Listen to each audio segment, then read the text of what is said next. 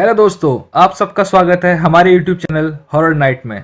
तो आज हम आपके लिए the autopsy of Jane Doe का हिंदी एक्सप्लेनेशन लेकर आए हैं। इस मूवी को 2016 में रिलीज किया गया था और ये फिल्म बॉक्स ऑफिस पर एक बड़ी हिट थी।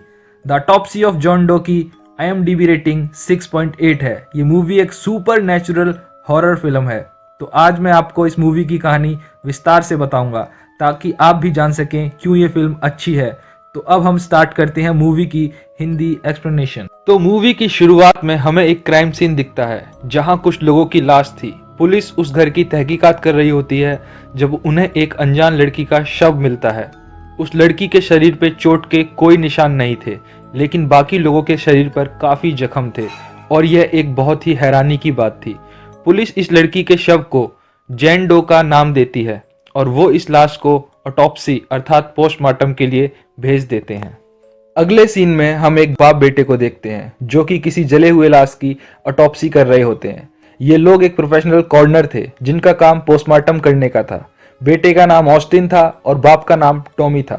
तभी वहां ऑस्टिन की गर्लफ्रेंड उससे मिलने आती है और वो एक लाश को देखने की जिद करती है। टॉमी बोलते हैं कि ऑस्टिन उसे कोई एक लाश दिखा सकता है। अब जो लाश ऑस्टिन एमा को दिखाता है उसके पैर पर एक घंटी बंधी हुई थी। एमा पूछती है कि लाश के पैर पर उन्होंने घंटी क्यों बांध रखी है। इस पर टॉमी उन्हें समझाते हैं कि पुराने जमाने में लोगों को पता नहीं चलता था कि इंसान सच में मर चुका है या वो सिर्फ कोमा में है। तो अगर वो शायद जिंदा है तो शायद हिलेगा और घंटी बजेगी जिससे उन्हें पता चल जाएगा। मॉडर्न डे में लोग यूजली इसे फॉलो नहीं करते हैं, लेकिन टॉमी एक पुराने विचारों वाले इंसान थे, इसलिए वो आज तक इस घंटी बांधने के रिचुअल को फॉलो करते थे। तो इन सभी बातों के बाद ऑस्टिन अपनी गर्लफ्रेंड के साथ डेट पर जाने वाला होता है, लेकिन तभी पुलिस वहां जैन डो की लाश को ले आती है। पुलिस इस लाश की पोस्टमार्टम रिपोर्ट कल सुबह तक देने को बोलती है, इसलिए ऑस्टिन अपनी डेट कैंसिल करके अपने पिता की हेल्प करने लग जाता है। अब जब बाप बेटे जैन डो की ऑटोप्सी करने लगते हैं तब वो बिल्कुल ही कंफ्यूज हो जाते हैं। जैन डो के शरीर पर फिजिकल वायलेंस के बिल्कुल भी निशान नहीं थे, लेकिन उसकी कलाई और टखने की हड्डियां टूटी हुई थी। जैन डो की जीभ कटी हुई थी और उसका एक मोलर टूथ मिसिंग था। इन सब के अलावा जब टॉमी उसके शरीर को चीरता है, अंदर के बॉडी पार्ट जैसे लंग्स एकदम जले हुए थे, मानो उसका कोई 3rd डिग्री बर्न हुआ हो। लेकिन बाहर से उसके शरीर पर एक भी खरोंच नहीं थी। उसके शरीर के अंदरूनी हिस्सों में कई कट्स और बर्न थे, मानो उसके शरीर को किसी ने अंदर से चोट पहुंचाई हो। इन सब के अलावा लाश की हालत देखकर लग रहा था कि जैन डो की मौत हाल ही में हुई है, लेकिन उसकी आंखें क्लाउडी हो गई थी, जो कि सजेस्ट करती हैं कि जैन डो की मौत कुछ महीनों या सालों पहले हो चुकी थी। ऑस्टिन नोटिस करता है कि जैन डो की कमर उसके बाकी शरीर के मुकाबले काफी पतली थी, जो कि नॉर्मल नहीं है। ऐसा कई सौ साल पहले हुआ करता था जब लड़कियां जिंदगी भर कॉर्सेट पहना करती थी, जिससे उनकी कमर एकदम पतली हो जाती थी। तो इस लाश की फर्दर ऑटोप्सी करने पर टॉमी को जैन डो के शरीर के अंदर जिम्सिन वीट प्लांट मिलता है, जो कि इंसानों को पैरालाइज कर सकता है। ये प्लांट इस एरिया में नहीं पाया जाता है और यूजली ये प्लांट नॉर्थ में मिलता है। इन एक्टिविटी के दौरान रेडियो पर एक सॉन्ग बजता है। रेडियो स्टेशंस अपने आप चेंज होने लगे थे और उसमें बार ही बार एक ही सॉन्ग बज रहा था। उस सॉन्ग की लिरिक्स कुछ इस प्रकार थी, open up your heart, let the sunshine इन। इसके अलावा ऑस्टिन को ऐसा फील होता है कि हॉलवे में कोई खड़ा है, और जब वो चेक करने जाता है उसे उसकी बिल्ली एयर डक्ट में मरी मिलती है। रेडियो पे न्यूज़ रिपोर्ट आती है जिसमें होस्ट बोल रहा होता है कि उनके एरिया में एक भयानक तूफान आने वाला है। ऑस्टिन टॉमी को बार बार बोलता है कि वो आगे की ऑटोप्सी कल भी खत्म कर सकते हैं, लेकिन टॉमी इस काम को आज ही खत्म करने की जिद पर अड़े रहते हैं। तो ऑटोप्सी में आगे बढ़ने पर उन्हें उस लड़की की मिसिंग मोलर टूथ एक कपड़े में लिपटी हुई मिलती है। उसके पेट में वो टूथ पाया जाता है। उस कपड़े में कुछ रोमन में लिखा होता है। जब टॉमी जैन डो की स्किन को उसके शरीर से अलग करते हैं तो उसके स्किन के अंदरूनी भाग में कुछ रिलीजियस सिंबल बने थे। तभी अचानक उस कमरे की सारी लाइट्स टूट जाती हैं और वहां एकदम अंधेरा हो जाता है। जब वो लोग बैकअप लाइट्स जलाते हैं तब वो देखते हैं जैन डो की लाश को छोड़कर उस मॉर्ग की सारी लाशें गायब हो चुकी हैं। और तभी एक अनजान आकृति टॉमी पे हमला कर देती है, जिससे उसके शरीर पे काफ़ी चोट आ जाती है। वो दोनों बाप बेटे वहाँ से निकलने की सोचते हैं, लेकिन घर की लिफ्ट काम नहीं कर रही होती है और एग्जिट डोर तूफान में एक पेड़ के गिरने के कारण ब्लॉक हो जाता है।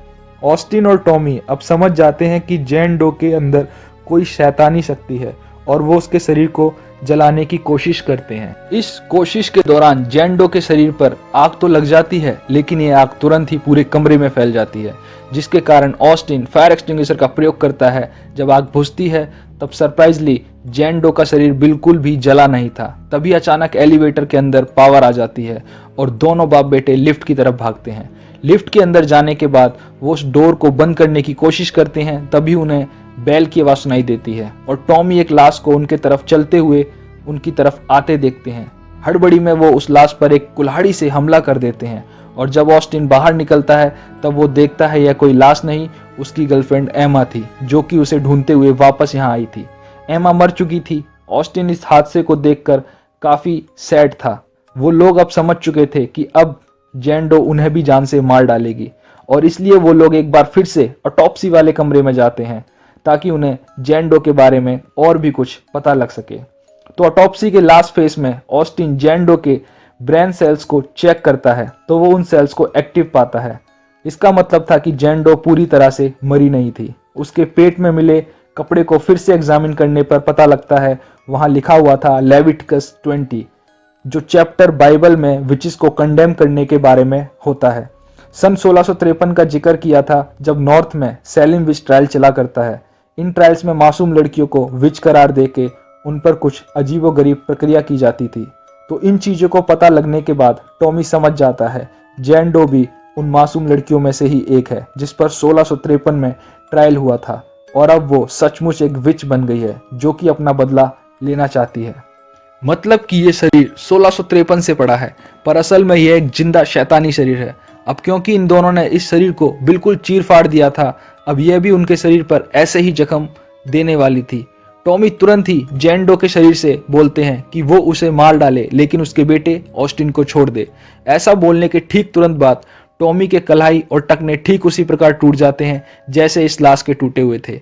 फिर उनके शरीर में वो सारे चोट के निशान आने लगते हैं जो कि उन्होंने इस लाश को पहुंचाए थे और दूसरी तरफ जैन डो की लाश अपने आप हील होने लगती है। टॉमी अपने बेटे ऑस्टिन को उन्हें मार डालने को बोलते हैं ताकि उनका दर्द खत्म हो जाए और ऑस्टिन रोते रोते अपने पिता को मार डालता है।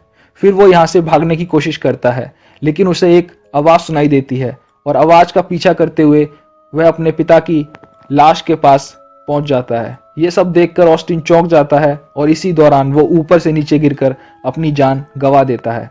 अगले दिन पुलिस घर में आती है और वो एक बार फिर से कंफ्यूज थी। ये क्राइम सीन बिल्कुल मूवी के पहले क्राइम सीन की तरह था, जहां 4 लाशें थीं। तीनों लाशों को देखकर ऐसा लग रहा था मानो उन्हें बेरहमी से मारा गया हो और जैन डो की लाश एकदम से नई लाश की तरह दिख रही थी, जिस पर एक भी खरोंच के निशान नहीं थे, मानो उसका ऑटोप्सी स्टार्ट भी नहीं हुआ था। जैन डो इन तीनों को मारकर अपने शरीर को पूरी तरह से हील कर चुकी थी। तो इसके बाद जैन डो की लाश को दूसरी जगह ऑटोप्सी के लिए भेजा जाता है। यहाँ एम्बुलेंस के रेडियो में फिर से वही गाना बजता है और उसके बाद कैमरा जैन डो के पैर की तरफ बढ़ता है जहाँ उसकी उंगली हिलती है और मूवी यहीं पे खत्म हो जाती है।